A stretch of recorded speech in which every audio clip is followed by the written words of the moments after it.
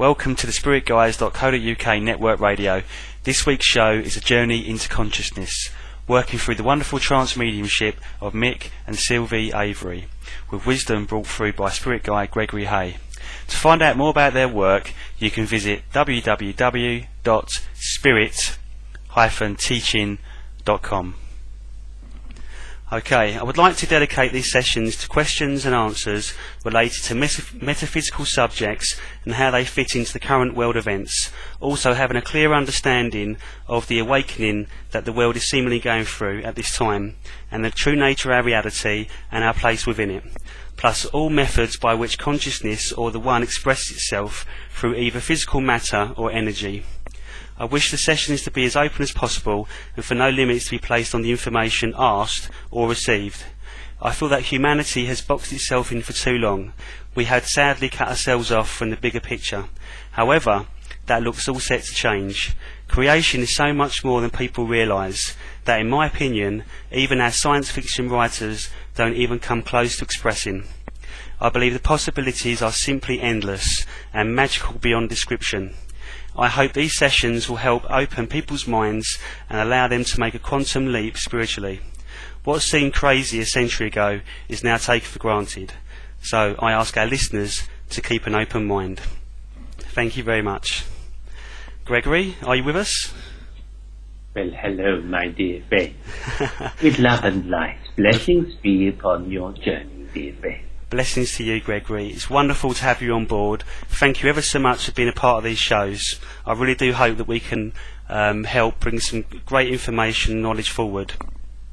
You are most welcome, dear friend, and the many thousands of individuals who are here at this time from the White Cloud Group and the Spirit World. I thank you very much. First question. Before we start delving into the mysteries of the universe, I would like you to give our listeners a brief bio of who you are and the levels of consciousness you aim to connect with in order to retrieve the answers to my questions.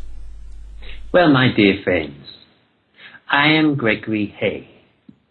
I was born in 1705 near to the village of Swaffham at a place called West House in the county of Norfolk.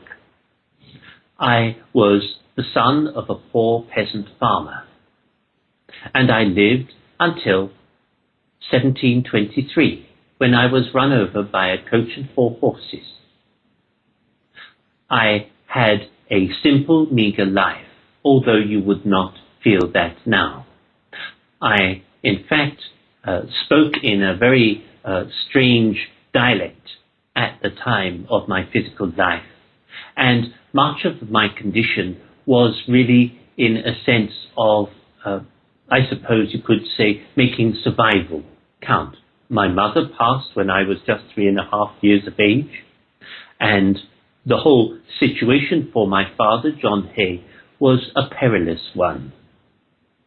We continued to support one another throughout our existence, and at the point of my passing in 1723, I remember quite clearly that it was a very dark night, and it was raining, and I was run over by a coach and 4 horses and decapitated.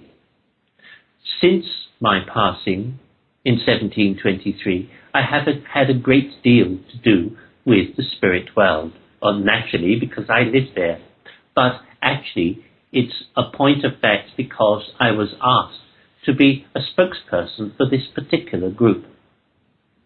And this group, the White Cloud Group, were actually brought together by White Cloud, who is a shining one of the group, and I will explain a little more about this situation in a little while, if you wish. This whole situation was brought together, and in fact, at the instance of my journey to the halls of learning after my passing. This was actually brought about by my mother, who helped me to journey to the halls of learning. And what transpired then was that I was greeted by many different beings of different species, not necessarily anything to do with the earth or tied to the earth, but species from all over the universe. And the whole situation was that these species were all brought together with their own information, their own observations of life, if you like, of the lives that they led, and also, of course, of pure, beautiful spirit, just as you were before you had a physical life. And each and every one who joins with us here, and it's not the same people all of the time, the whole situation changes, and different people come depending upon what subject matters they are that we need to talk about. I myself, of course, gained some elements of wisdom during my time in the spirit world, in the halls of learning, as everyone does. No one is left out here. But of course, it always comes to the, I suppose you could say, the amount of vibration at which you have aligned to during your physical life. Now, I myself was a fairly loving person, I suppose. I had some very good relationships with many people in my physical life.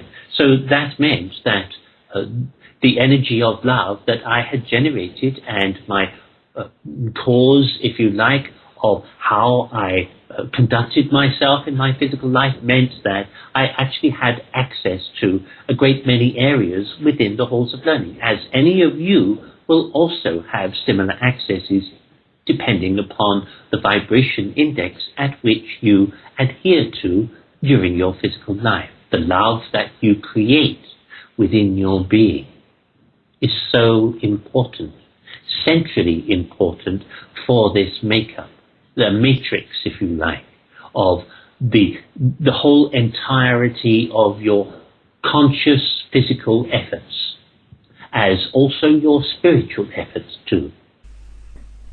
Yes, that leads me on to another question there, Gregory. Is obviously a lot of understanding on the earth plane with regards to the spirit world. Some people will limit themselves to having a very human kind of interpretation of the spirit world, and may not want to open up to possibilities that you can have other civilizations or other species from other cosmoses, universes, that kind of thing in the spirit world. And so therefore, it's in my understanding that it's almost like when people first pass over, they will only see or experience exactly what they believe their spirit world to be. So you almost have to expand your mind a bit further to perhaps experience what you've experienced. Is that true to say, would you say? That is absolutely so, my dear friend. After all, now, for example, I was brought up a Roman Catholic of that kind of faith, even though at that time it was still quite frowned upon, thanks to Henry VIII and the ensuing years of his debacle of the whole religious attitude. Similarly, then, dear friend, you have many different people, as many different religions as there are upon the physical life of the earth. You have all of these people decompartmentalized within the spirit world, calling their little acre God's realm, whereas, and in actual fact, still for many, citing hell for anyone who doesn't follow them. That is much the same, of course, the kind of behavior as they illuminated to in their physical life. And sadly, for some people, they do not overcome that. I'm not saying that they never do. I'm saying that it's a matter of their choice. So for many people, they feel very comfortable in that coat they have worn in physical life, and they are perfectly happy to just stick with it. That's exactly the same as people's behavior. Spirit behavior isn't anything to do with it. You have to understand as a physical being that when you are talking about spirit, you aren't talking about yourself, in a sense. And I will try to quantify that a minute. I'm saying quite simply that it's your consciousness when you pass that, in a sense, it illuminates your spirit or not. So your spirit remains beautiful and pure and is always in the ether world. Never ever does it come to the physical side of life. But in actual fact, so you have all of these people, beings in the spirit world who have this mixture of consciousness with which they have coated their pure, beautiful spirit.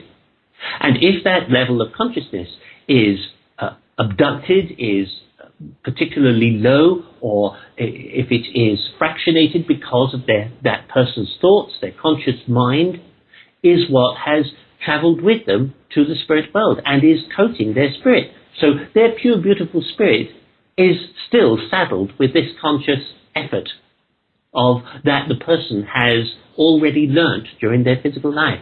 And for some people, they simply cannot break it. It's almost like a beautiful light with a mucky, dirty filter over the top. Yes, quite so. Yes, or looking through a glass which is dirty on the other side. Yes. I mean, listening to the times that you lived in, or the time when there was obviously oppression with Henry VIII, that kind of stuff. Within the